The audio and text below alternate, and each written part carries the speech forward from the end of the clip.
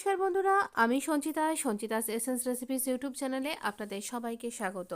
পৌষ সংক্রান্তিতে বাড়িতে পিঠে হবে না, এটা তো হতেই পারে না।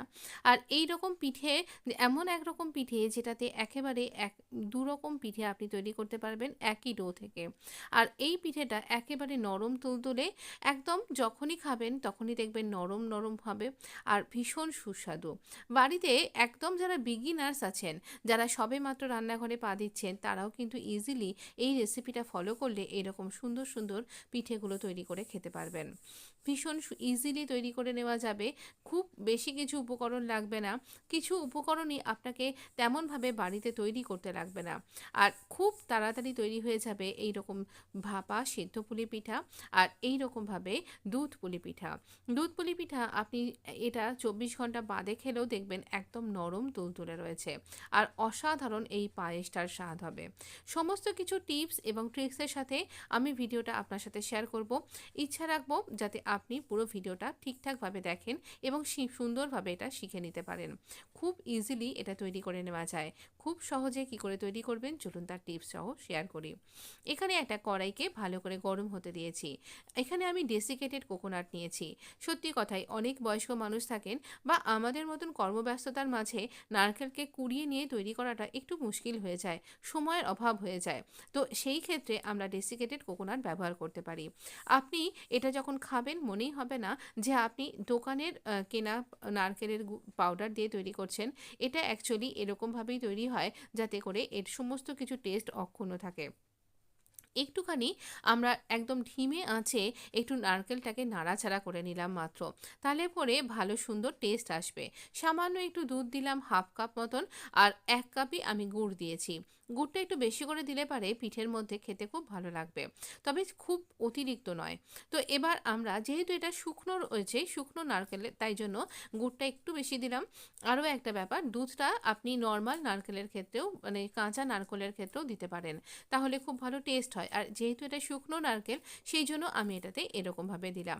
আপনি নারকেল লাড়ুটা যখন তৈরি হবে আপনি নিজেও বুঝতে পারবেন না যদি আগের ক্লিপিংসটা না দেখে থাকেন যে এটা কিভাবে আমি তৈরি করলাম। এত সুন্দর মনেই হবে না এটা ডেসিকেটেড কোকোনাট দিয়ে তৈরি করা হয়েছে। নারকেলটা বেশ শুকনো শুকনো অবস্থা অবধি আমরা তৈরি করে নেব। তবে নারকেল নাড়ুর মতন অত পাক দেবার কিন্তু দরকার নেই, আমরা এটা স্টাফিংয়ে ব্যবহার করব। এটা শুধুমাত্র দুধ পুলি, ভাপা পুলি, সেদ্ধ পুলি ইত্যাদির ক্ষেত্রে নয়, এটা কিন্তু আপনি গোকুল পিঠে তৈরি করতে পারবেন। এছাড়া এটা দিয়ে পাটিসাপটার পুরো কিন্তু তৈরি করা যাবে। এমনকি মালাই পাটিসাপটাতেও অসাধারণ লাগবে, যার ভিডিওগুলো আপনি আমার চ্যানেলে পেয়ে যাবেন। কড়াইটা গরম হয়ে গেছিলো, অন্য আরেকটা কড়াইতে একটুখানি জল দিয়ে দিলাম যাতে করে দুধটা আটকে না যায়। দিলাম 1 কাপ পরিমাণ দুধ। এবার 1 কাপ পরিমাণ, বড় 1 কাপের দুধ দিয়েছি। আর ওই 1 কাপ পরিমাণে কিন্তু আমরা এখানে চালের গুঁড়ো দেবো। দুধটা আমার বেশ ঘন ছিল, তাই জন্য আমি একটু জলও অ্যাড করলাম। সামান্য একটুখানি আমরা এখানে এলাচের গুঁড়ো দিচ্ছি, এটা সম্পূর্ণ অপশনাল, আপনার ইচ্ছা না হলে নাও দিতে পারেন। সাধারণত যদি আপনি পিঠেটা খেজুর গুড় দিয়ে করছেন, এই এলাচের গুঁড়োটা দেবার একটু দরকার পড়ে না। দুধটা যখন এরকম ফুটে উঠবে, পাশে ওই 1 কাপ চালকে রেডি করে রাখুন, সঙ্গে সঙ্গে এর মধ্যে দিয়ে দেবেন। তো এটা দিয়ে দেবার পর ভালো করে নাড়াচাড়া করব আমরা, যাতে করে এটা গরম অবস্থাতেই সুন্দরভাবে মিশে যায়। 1 কাপ চালের গুঁড়োকে একটু একটু করে কিন্তু দিলাম, একসাথে বেশিটা পুরোটা ঢেলে দিইনি। এইরকম একটা দলা পাকানো অবস্থায় আমরা এটাকে থালার মধ্যে ঢেলে নেব। কোনো রকম তেল বা ঘি কিন্তু আমি দিইনি, তবে ইচ্ছা করলে আপনি 1 চামচ ঘি বা তেল কিন্তু দিতে পারেন। তবে কখনোই গন্ধওয়ালা কোনো তেল কিন্তু দেবেন না, যেমন মাস্টার্ড অয়েল, এটা কিন্তু চলবে না। তো এরপর এরকম একটা ঝুরঝুরে মতন একটা মণ্ড তৈরি হয়েছে। এবার এটাকে আমরা স্মুথ করব। যেভাবে আপনি আটা মাখেন আর কি, ঠিক সেরকমভাবে। তবে না মনে হচ্ছে আমার থালাটায় একটু কম পড়ে যাচ্ছে, মানে এটা ছড়িয়ে যাচ্ছে বারবার, তাই জন্য আমি একটা আটা মাখার গামলা নিয়ে নিলাম, একটা বড় পাত্র। তো এবার এটাকে ঠেসে ঠেসে মাখতে বেশ সুবিধা হবে। এবার এর মধ্যে কিন্তু আমি কোনো নুন দিইনি, আপনি ইচ্ছা করলে নুন দিতে পারেন, কিন্তু সামান্য একটু নুন দেবেন। যারা মিষ্টি খাবারে নুন দিতে পছন্দ করেন তো সেক্ষেত্রে দেয়া যায়, কিন্তু ভালো লাগবে খেতে। তো এখানে এই রকমভাবে একটু ঠেসবেন। তো এটা কিন্তু আপনার আপনার হাত সওয়া গরম এরকমভাবে দেবেন। আর ওখানে গরম জল তৈরি করছি আমি, সেই গরম জলটা থেকে সামান্য একটু জল অ্যাড করলাম। দেখতেই পাচ্ছেন কতখানি দুধটা পুরো টেনে নিয়েছে, তাই জন্য। এবার দুটো পোর্শনে ভাগ করে নিলাম। এবার একটা পোর্শনকে আমি একটু নরম নরম করে মেখে নিয়েছি, আর একটা পোর্শন এখনও ঝুরঝুরে আছে। এবার এই নরম পোর্শন থেকে একটু বড় বড় করে আটার গুচির মতন করে, যেমন রুটির গুচি হয় সেই সেরকম করে আমি কয়েকটা ছোট ছোট পোর্শন করে ভাগ করে নিচ্ছি। তো এই পোর্শনগুলো দিয়ে দেখুন আমি কিভাবে পিঠে তৈরি করছি। এই রকমভাবে কয়েকটা পোর্শনে আমরা এরকম করে ভাগ করে নেব। ইচ্ছা করলে এই সময় আপনি একটু আপনার হাতটা পরিষ্কার করে নিতে পারেন, তাহলে পরবর্তী সময় পিঠেটা তৈরি করতে আপনার সুবিধা হবে। তো এই রকমভাবে আর এর গোল্লাটাকে পাকিয়ে নিলাম, আর এখানে ধারটাকে একটু এরকমভাবে হাতের আঙুলের সাহায্যে ফ্ল্যাট করলাম, একটা বাটির মতন শেপ করলাম। আমার পুরটা তখন ঠান্ডা হয়ে গেছে, একটা স্পুনের সাহায্যে ভেতরে স্টাফ করে দিলাম। বুড়ো আঙুল দিয়ে চেপে দিয়ে এই রকমভাবে দুটো দিককে ফোল্ড করে দিচ্ছি। একটু একটু মনে হচ্ছে আপনার বেরিয়ে যাচ্ছে, এতে কিন্তু ফেটে যাবে না, একদম ঠিকঠাকই থাকবে। আমি পরে তুলে দেখিয়েও দেব। তো দেখুন এই রকম করে মুখটা সিল করে আপনি একটু এরকমভাবে, যেভাবে আমরা দেখুন গুজিয়া তৈরি করি ঠিক সেরকমভাবে কিন্তু মুখটাকে এরকম সিল করে দিতে পারেন, না হলে ভালো করে চেপেও দেওয়া যায়। আবারও আরেকটা নিলাম। এখানে হাতটা পরিষ্কার করা থাকলে একটু সুবিধা হয়, তাহলে কিন্তু একটু ক্লিন নিটলি কিন্তু তৈরি করা যায়। এবারের বাটিটা বেশ ভালো হয়েছে। পুরটা খুব একটা স্টাফিংটা অনেকখানি ভর্তি করে দেবেন না, এটা বন্ধ করবার মতন জায়গা রাখতে হবে। এবার এখানটা বন্ধ করলাম, আর এইখানটা একটু একটু ফোল্ড করে এইরকম গুজিয়াতে যেরকম খাঁজ কাটা থাকে ঠিক সেই রকম একটা শেপ দিয়ে দিলাম। এটা অপশনাল, আপনি দিতেও পারেন নাও দিতে পারেন। তো এটাকে পুলির মতন করেও কিন্তু পাকিয়ে নেওয়া যায়, তাহলেও কিন্তু বেশ ভালো লাগবে।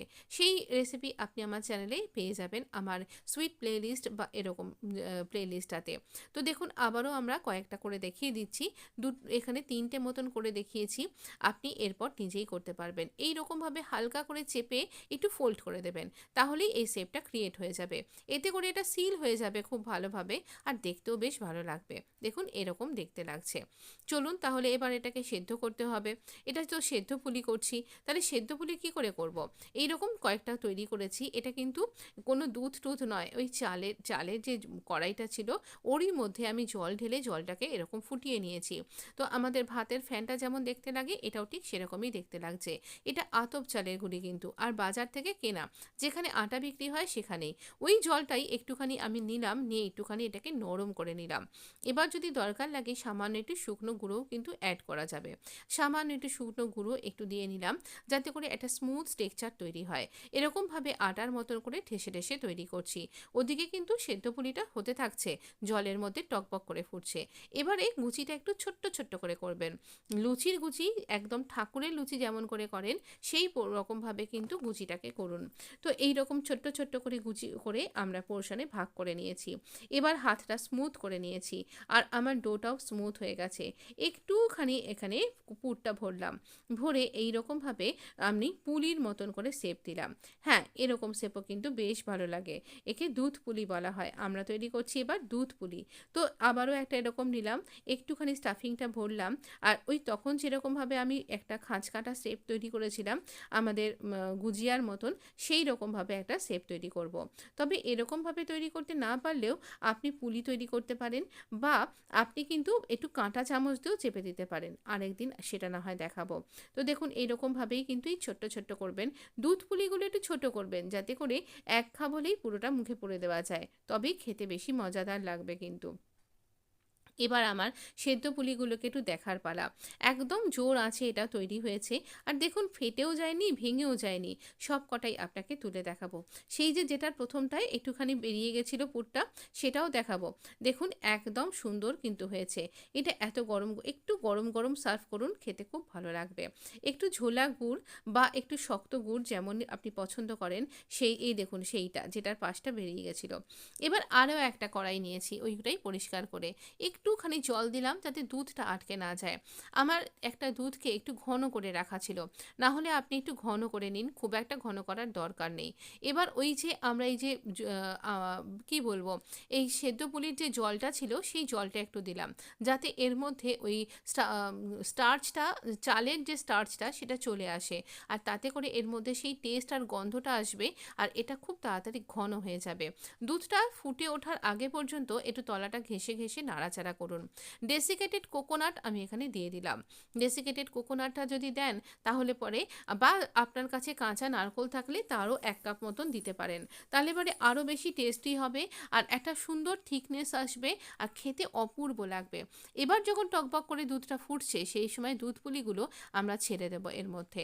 এটা এরকম 10-15 মিনিট টকবক করে ফুটবে কিন্তু। তাহলে দেখবেন 10 মিনিটের মধ্যেই এটা সেদ্ধ হয়ে গেছে। এবার আপনি কতটা ঠান্ডা এলাকায় রয়েছেন তো আমি বুঝতে পারছি না, তাই 15 মিনিট কথাটা বললাম। তো এই রকম করে দুধ পুলিগুলো আপনি অনায়াসে তৈরি করতে পারবেন। আজকে আমি খুব ব্যস্ত রয়েছি, তাই আজকে আর আমি আর টেক্সট লিখতে পারলাম না। আশা করি আপনি সব কিছুই বুঝতে পারছেন। যদি না বুঝতে পারেন আরেকদিন আপনাকে বুঝিয়ে বলে দেব। তো দেখুন আমাদের দুধ পুলি কিন্তু সেদ্ধ হয়ে গেছে। এবার এর মধ্যে গুড় দিতে হবে কিন্তু। গুড়টা আগে থেকে ভালো করে পরীক্ষা করে নেবেন। এটা দিয়ে একদিন দুধের চা বানিয়ে খেয়ে দেখবেন দুধটা কেটে যাচ্ছে না তো। তো সেই রকমভাবেই টেস্ট করার পর এখানে দুধে অ্যাড করা হলো।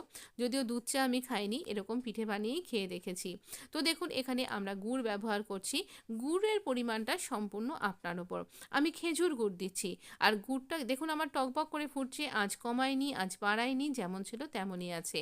আর এরকম মিডিয়াম বা হাই আঁচে আমি গুড়টা দিয়েছি এবং গুড়টাকে নাড়াচাড়াও করে দিচ্ছি। আমার কিন্তু পিঠে একদম রেডি হয়ে গেছে। গুড়টা দেবার পর আরেকটুখানি এটাকে রান্না করে নিতে হবে, যাতে গুড়ের থেকে যে জলটা বেরোবে সেটা কুক হয়ে যায় এবং আপনার এই যে একটানা পিঁপড়ে চলে গেছে হয়তো গুড়ের মধ্যে ছিল, আপনি সেক্ষেত্রে গুড়টাকে ছেঁকে নিয়ে দিতে পারেন। দেখুন দুধ পুলি একদম সুস্বাদু সুন্দরভাবে রেডি হয়েছে। ভালো কথা, আপনি পালা থালি কালুটা একবার ট্রাই করেছেন কি? সেই পিঠে রেসিপিটা কিন্তু অনবদ্য হয়েছিল। একবার টেস্ট করে দেখতে পারেন। মন্দ কি? বেশ ভালো লাগবে কিন্তু এই সিজনে। যদিও ওটা গণেশ চতুর্থীতে গণেশ ঠাকুরকে নিবেদন করা হয়। তো এখানে এইভাবে আমি আপনাকে সার্ভ করছি। প্রথমে এই সেদ্ধ পুলিগুলো। সেদ্ধ পুলি কিন্তু তরকারি দিয়ে খেতেও কিন্তু অনেকে পছন্দ করেন। বাঁধাকপির তরকারি, বাঁধাকপির থোড়ন, বাঁধাকপির ঘন্ট বাঙালি স্টাইলে। তো আপনি কী দিয়ে এটা খাচ্ছেন সেটা আমাকে জানাতে ভুলবেন না। বা আপনি কোন পিঠেটা আজকে ট্রাই করছেন সেটাও জানাতে ভুলবেন না। পিঠের সিজন তো এই শুরু হলো। আপনার জন্য আমি নিয়ে আসবো নিত্য নতুন পিঠের রেসিপি। তাই অবশ্য করে আমার চ্যানেলটা যদি এখনও সাবস্ক্রাইব করে না থাকেন তাহলে সাবস্ক্রাইব করে নোটিফিকেশানটা অন করতে কিন্তু ভুলবেন না। এবার দুধ পুলিটা সার্ভ করার পালা। কাউকে যদি এরকম মাটির খুঁড়ির মধ্যে দেন তাহলে সে কিন্তু ভীষণ ভালো লাগবে, কারণ এই পিঠের মধ্যে এই সন্ধ্যা সন্ধ্যা গন্ধটা অ্যাড হয়ে যাবে আর তাতে কিন্তু বেশ সুন্দর খেতে লাগবে। অবশ্যই জানাবেন আপনি কোন পিঠেটা ট্রাই করলেন।